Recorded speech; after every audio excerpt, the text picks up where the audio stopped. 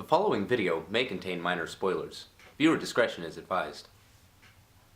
Bum bum bum bum bum bum. Bum bum bum bum bum bum. Welcome to the Monday Show with me, Little Bigfoot. Today's episode is in honor of The Hobbit, The Battle of the Five Armies. Directed by Peter Jackson, this last trip to Middle-earth may have received middling reviews, but regardless, it's doing pretty well at the box office, having just taken its second week at the top spot. Born on Halloween in 1961, Peter Jackson has spent practically his entire life creating exciting motion pictures with groundbreaking special effects. Now, given the depth of information about Peter Jackson's films, this video is going to be a two-parter. Today I'm going to talk about all of his films leading up to Lord of the Rings. I might even have enough footage to make this a bloated trilogy. Wink. Every director has to start somewhere, and for Jackson, it was all about bad taste. Released in 1987, Bad Taste is a splatter science fiction horror comedy about aliens that invade a fictional New Zealand town to harvest humans for their popular intergalactic fast food franchise. It took Jackson 4 years to make Bad Taste, filmed on weekends to work around his friends' football schedules. He was the director, the cinematographer, the editor, he handled special effects, and even acted in several roles. Jim Booth, then executive director of the New Zealand Film Commission, saw a rough cut of the film. He was so impressed by this young filmmaker that he convinced the commission to contribute 235,000 New Zealand dollars for its completion. This risk proved profitable. Bad Taste earned back its budget in its first week. The co-editor, Jamie Selkirk, would edit most of Jackson's films, and 16 years later win an Oscar for Best Editing for The Return of the King. Bad Taste is a pretty funny satire, and I would recommend it to anyone with an interest in directors' first films. You can rent it on Amazon Instant Video for $2.99, or buy the digital copy for $5. Released in 1989, Meet the Feebles is a musical black comedy about a stage troupe of anthropomorphic animals with hopes of being picked up for a syndicated television show. A parody of Jim Henson's Muppets, the characters are void of any moral ground, dealing with drug addiction, sexually transmitted diseases, extortion, robbery, even murder. Jackson's first professionally made film was co-written with Stephen Sinclair, Danny Mulheron, and most importantly, Fran Walsh, who would later become his wife and the father of his two children. In addition to their private partnership, they would also co-write all of Peter Jackson's films moving forward. Richard Taylor, who helped design the puppets, would a few years later help found Weta, the special effects powerhouse behind The Lord of the Rings, James Cameron's Avatar, District 9, Rise of the Planet of the Apes, etc. Once again, Jim Booth convinced the New Zealand Film Commission to finance 2/3 of its $750,000 budget. When the film fell behind schedule, the commission eventually pulled their name from the credits. And given its offensive nature, Meet the Feebles was a failure at the box office. Jim Booth quit the film commission to produce Jackson's next film. This movie is really trippy and weird, but I must say, it's perfectly set up for a drinking game. Rabbit threesome!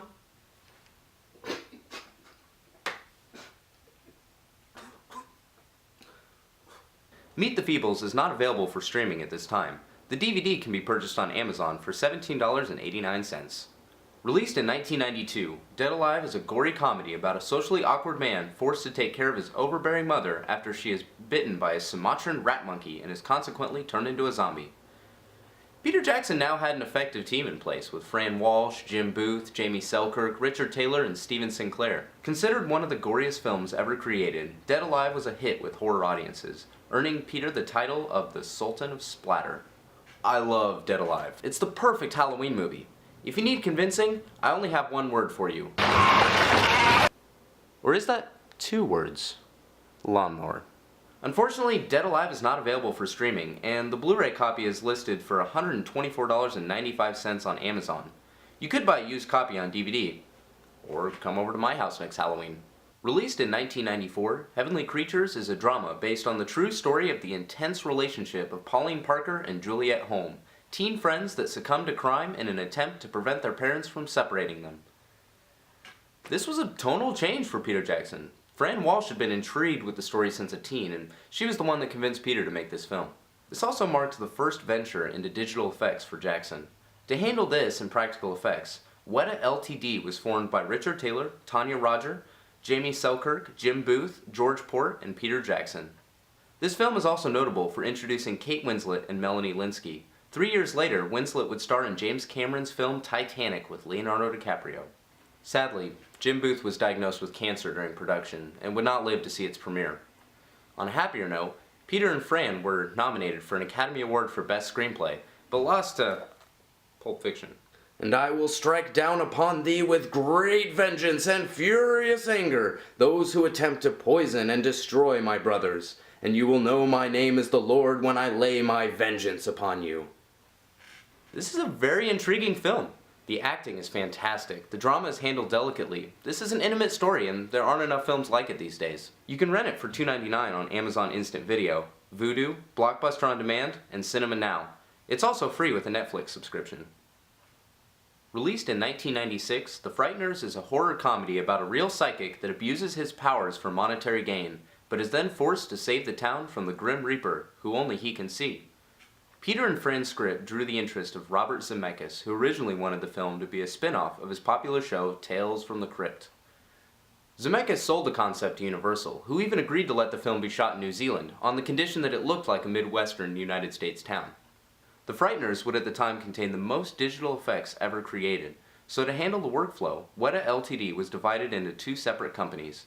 Weta Workshop, under the direction of Richard Taylor, would handle all practical effects, and Weta Digital would oversee, well, the digital stuff. Unfortunately, the film was released 2 weeks after the successful movie Independence Day, and even worse, on the same day as the start of the Atlanta Summer Olympics. Its box office would suffer because of this. Despite the loss, Universal still saw potential in Jackson. Honestly, I don't know why people don't talk about this movie more often.